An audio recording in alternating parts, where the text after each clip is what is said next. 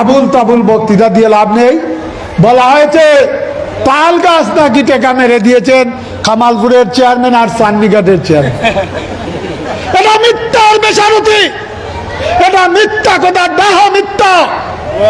তাল গাছের জন্য একটি টাকাও তোলা হয় নাই, একটি তাল গাছও লাগানি হয় নাই, একটি তাল গাছের টাকাও তোলা হয় নাই।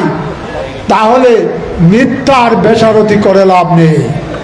আপনারা টিওনা সাহেবকে যে কেউ জিজ্ঞাসা করতে পারেন, যে কোনো সাংবাদিককে জিজ্ঞাসা করতে পারে, পিআইওকে জিজ্ঞাসা করতে পারে কোথায় বরাদ্দ দেওয়া হয়েছে, কার কাছে দেওয়া হয়েছে, কে তুলেছে, এটা কেউই জানে না। আর মিথ্যা করে বলে দিলেন, একজনের নামে বদনাম দিয়ে দিলেন। এটা তো বদনাম দেওয়া ঠিক নয়। কেউ কোনো টাকা তুলেও নাই, লাগায়ও নাই গাছ। তাহলে এই মিথ্যা কথাগুলো বলে লাভ কি?